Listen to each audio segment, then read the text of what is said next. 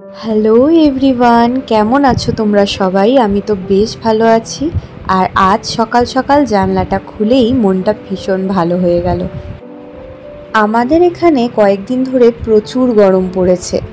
আজকে বৃষ্টি হওয়ায় ওয়েদারটা কিন্তু ভীষণ ভালো লাগছে। রোজ সকালে আমাদের বাড়ির সামন দিক দিয়েই মাছ যায়, তো তেমন আজকেও সকালবেলা মাছ যাচ্ছিল। আর সেখান থেকে একটা তাজা লোকাল রুই মাছ নিয়ে নেওয়া হয়েছে। এই মাছটা আমার বরের ভীষণ প্রিয়। মা কাটতে বসে পড়েছে, তাই ভাবলাম চলো তোমাদের সাথে একটু শেয়ার করা যাক। সচরাচর আমরা ঘরে মাছ কাটি না, যেহেতু একটা আষ্টে গন্ধ ছড়ে যায় ঘরে, সেই কারণে বাড়ির পাশে আমাদের বাগানে কিন্তু একটা কলপাড়ের মতন আছে, সেখানেই মাছ কাটা হয়।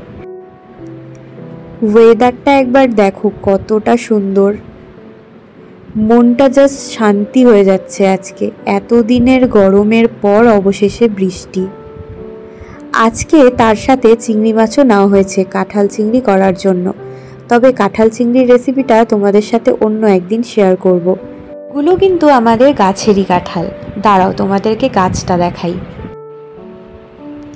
কলেই কিন্তু মা মাছগুলোকে পরিষ্কার করে ধুয়ে নিল, আর তারপর আমি রান্নাঘরে চলে এসেছি মাছগুলো ভাজতে। সবার প্রথমে একে একে মাছগুলোকে হালকা করে ভেজে নেব। মাছটা ভাজা হয়ে গেলে কেটে রাখা আলুটাও নুন আর হলুদ দিয়ে ভেজে নিচ্ছি। মাছের মাথাটা দিয়ে মা অন্য কিছু রাখবে, তাই মাছের মাথাটা পরেই ভাজা হবে। আলুটা উঠিয়ে নিয়ে সেই তেলেই ফোড়ন দিয়ে দিয়েছি শুকনো লঙ্কা, তেজপাতা, জিরে। ফোড়নটা হয়ে গেলে তারপরেই এখানে দিয়ে দিচ্ছি কেটে রাখা টমেটো। টমেটো ভাজার পর এখানে দিয়ে দিচ্ছি মশলাটা। এখানে আছে জিরে, ধনে, আদা, লঙ্কা বাটা। অনেকটা অল্পই মশলাটা দিয়েছি, কারণ আজকে ঝোলটা কিন্তু অনেকটাই হালকা হবে। মশলা একটু কষে যাওয়ার পরেই আমি সামান্য জল দিয়ে দিচ্ছি। নুন আর হলুদটা কিন্তু আমি মশলার সাথেই গুলে দিয়ে দিয়েছি। এবার ঝোলটা ফুটে এলে সেই ঝোলেই কিন্তু আমি ভেজে রাখা আলুগুলো দিয়ে ভালোভাবে আরও মশলাটাকে কষিয়ে নিচ্ছি।